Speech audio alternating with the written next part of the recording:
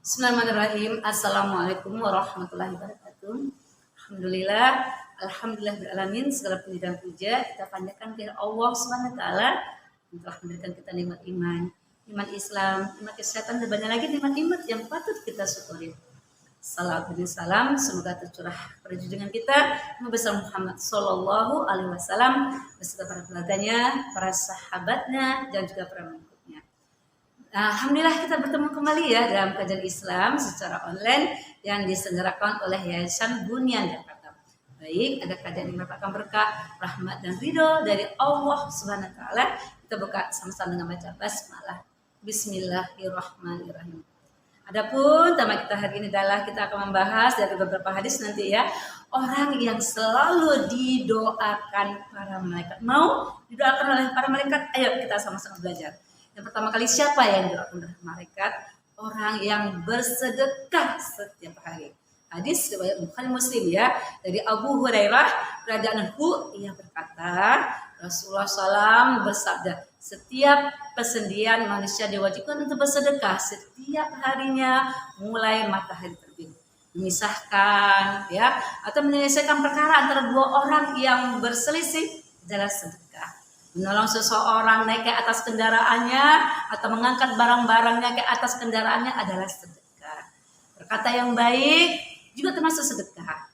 Ya, begitu juga langkah berjalan untuk menunaikan salat adalah sedekah. Menyingkirkan ya serta menyingkirkan suatu rintangan dari jalan adalah sedekah. Banyak cara, banyak jalan bersedekah.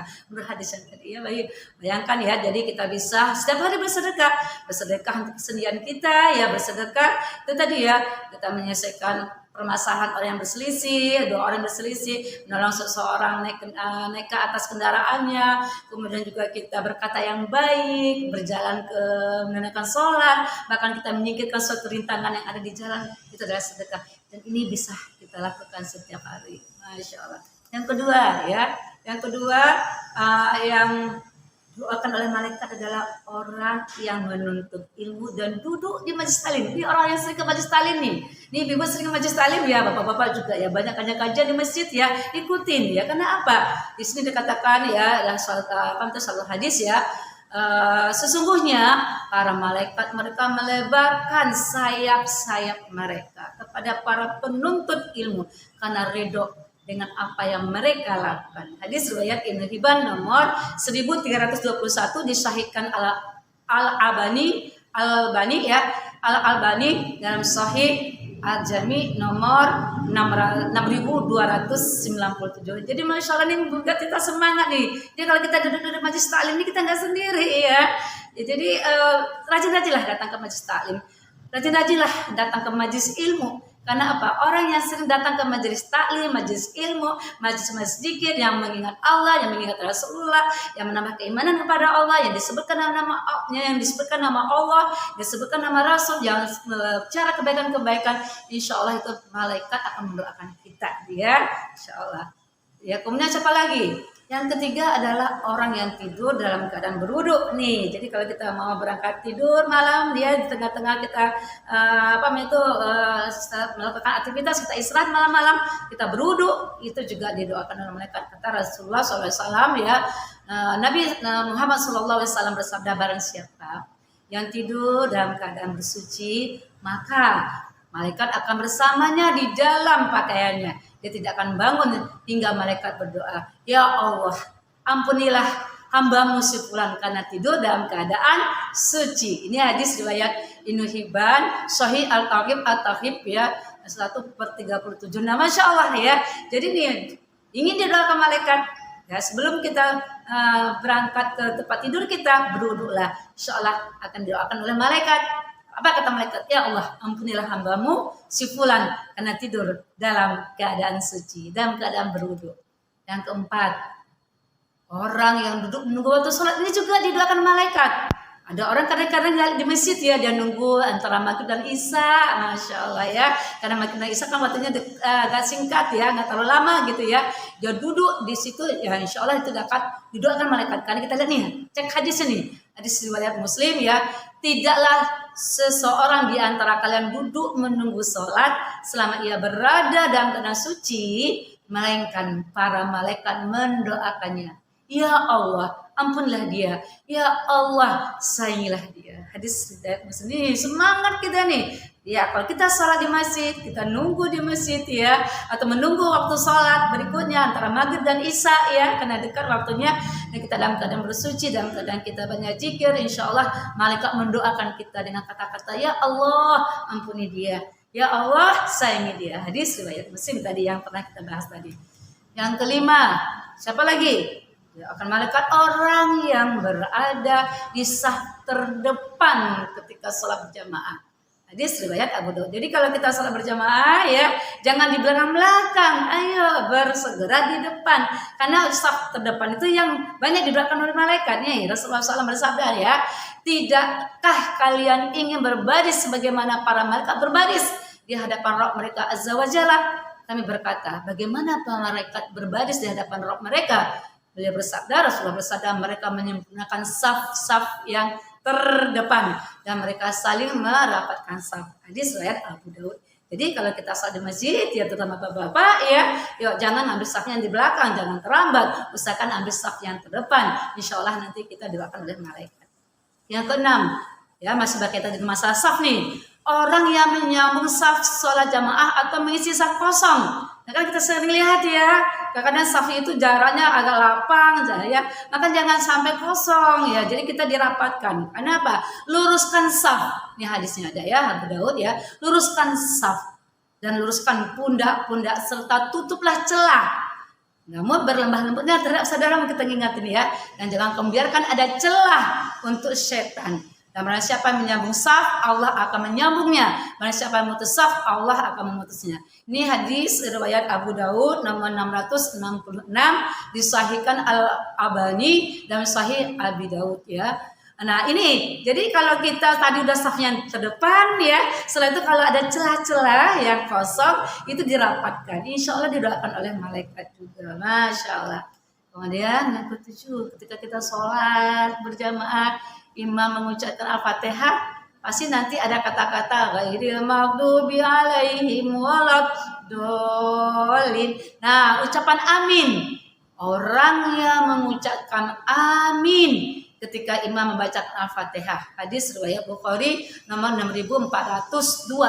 Itu juga doa malaikat. Berdasarkan hadis yang diriwayatkan Imam Bukhari dari Abu Hurairah, apabila imam, nih hadis yang lengkapnya, apabila imam dia mengucapkan ghairil maghdubi alaihim waladdallin, maka ucapkan ya amin. Nah, sesungguhnya barang siapa yang ucapannya berbarengan dengan ucapan malaikat, ya tadi aminnya tadi ya, telah diampuni dosanya yang telah lalu. Ini Masya Allah ya, berdasarkan hadis riwayat Al-Bukhari nomor 6402. Masya Allah. Soalnya bisa ya, pelan-pelan kita lakukan. Insya ini hari-hari yang kita bisa kita lakukan. Yang kedelapan, siapa orang yang didoakan oleh para malaikat? Orang yang berdiam diri di tempat sholatnya setelah mendirikan sholat. Setelah dia mendirikan sholat, dia nggak langsung buru-buru. Setelah sholat dia zikir dulu, setelah sholat dia baca Al-Quran dulu, setelah sholat dia istighfar sebanyak-banyaknya, setelah dia sholat dia berselawat sebanyak-banyaknya, nggak langsung buru-buru, nggak langsung ngacir ya. Apa kata Rasulullah SAW bersabda, para malaikat akan selalu bersalawat, berdoa kepada salah satu di antara kalian selama ia berada di dalam tempat sholat di mana ia melakukan sholat. Selama ia belum batal wudunya, para malaikat berkata, Ya Allah, ampunilah dan sayangilah ia. Ini Imam Ahmad meriwayatkan dari Abu Hurairah Al-Musnad nomor 8106. Ini membuat kita semangat ketika kita habis sholat itu ya, jangan langsung kita ngacir gitu, jangan langsung kita tergesa-gesa pulang pergi gitu ya. Kecuali kalau kita ada urusan. Tapi kalau kita ada waktu yang lapang, waktu yang tidak terburu-buru, ayolah berdiam setelah tempat sholat kita ya. Kita baca Quran, kita zikir, kita selawat, kita istighfar. Insya Allah selama kita masih ada wudhu, kita berdiam. Setelah kita melakukan sholat tadi, malaikat akan mendoakan kita. Tadi, Ya Allah, ampunilah dan sayangilah ia. Masya Allah didoakan oleh malaikat supaya dosa kita diampuni dan kita disayang oleh Allah. Masya Allah. Kesembilan, Orang yang didoakan malaikat, orang yang melaksanakan sholat subuh dan asar berjamaah. Hadis riwayat Bukhari Muslim. Kenapa? Barang siapa yang mengerjakan sholat bardain ya namanya ya, itu sholat subuh dan sholat asar, maka dia akan masuk surga. Ini juga hadis Bukhari nomor 574 dan Muslim nomor 635. Nah, jadi mudah-mudahan ya ini kita bisa kalkulkan ini. Jadi kita sholat sholat subuh dan asar berjamaah. Yang 10, orang yang didoakan oleh malaikat adalah orang yang mendoakan saudaranya tanpa sepengetahuan yang didoakan. Hadis riwayat Muslim, mungkin ada saudara kita yang lagi sakit, kita bersifat menjenguk ya. Jadi kita doakan, walaupun yang bersakit tidak tahu sedang doakan kita. Kita doakan saudara-saudara kita di Palestina, mereka nggak tahu kita lagi mendoakannya. Kita doakan saudara-saudara kita, orang tua kita, ataupun teman-teman kita yang ada kesulitan, kesusahan, walaupun dia tidak tahu kita lagi doakan. Insya Allah itu juga doakan oleh malaikat. Apa hadisnya ya? Kita cek hadis Muslim nomor 491. Tidak ada seorang muslim pun yang mendoakan kebaikan bagi saudaranya sesama muslim tanpa sepengetahuannya, melainkan malaikat akan berkata, bagimu juga kebaikan yang sama. Hadis riwayat Muslim nomor 491. Jadi kalau kita mendoakan saudara kita tanpa sepengetahuan yang didoakan, itu kebaikan-kebaikan itu juga akan kembali kepada kita. Bagimu juga kebaikan yang sama. Jadi kalau kita doakan dia sehat, insya Allah kita sehat. Kita doakan dia dilapangkan rezekinya, kita juga akan dilapangkan rezekinya Allah. Kita doakan supaya dilancarkan urusannya, kita juga dilancarkan urusan kita sama Allah. Kita doakan dia selamat hidupnya dunia akhirat, kita juga akan selamat dunia akhirat. Jadi itu banyaklah kita mendoakan saudara-saudara kita tanpa diminta, tanpa sepengetahuan dia. Karena doa-doa yang kita lantunkan, yang kita kirimkan itu nanti akan kembali ya. Kita juga akan mendapatkan kebaikan yang sama seperti yang kita doakan kepada saudara kita tadi. Masya Allah. 11, orang yang didoakan oleh para malaikat adalah orang yang sedang makan sahur nih. Kalau kita suka puasa Senin Kamis, atau yang suka puasa Ayyul Mubit, puasa Daud, ya itu juga didoakan oleh para malaikat. Bersahur itu adalah suatu keberkahan, maka janganlah kamu meninggalkannya, walaupun hanya seteguk air, karena Allah dan para malaikat bersalawat atas orang-orang yang sahur. Maksudnya itu yang makan sahur. Hadis riwayat Ahmad. Jadi jangan sepelekan makan sahur, karena kita makan sahur walaupun seteguk air, karena kita nggak sempat masak atau kesiangan, ntar lagi sudah mulai azan gitu ya, maka seteguk air pun nggak apa-apa ya. Bismillah, kita niat sahur, niat puasa ya. Insya Allah itu para malaikat dan Allah juga berselawat ya atas orang-orang yang makan sahur. Itu hadis riwayat Ahmad. Yang ke-12, orang yang didoakan oleh para malaikat, orang yang menjenguk orang sakit.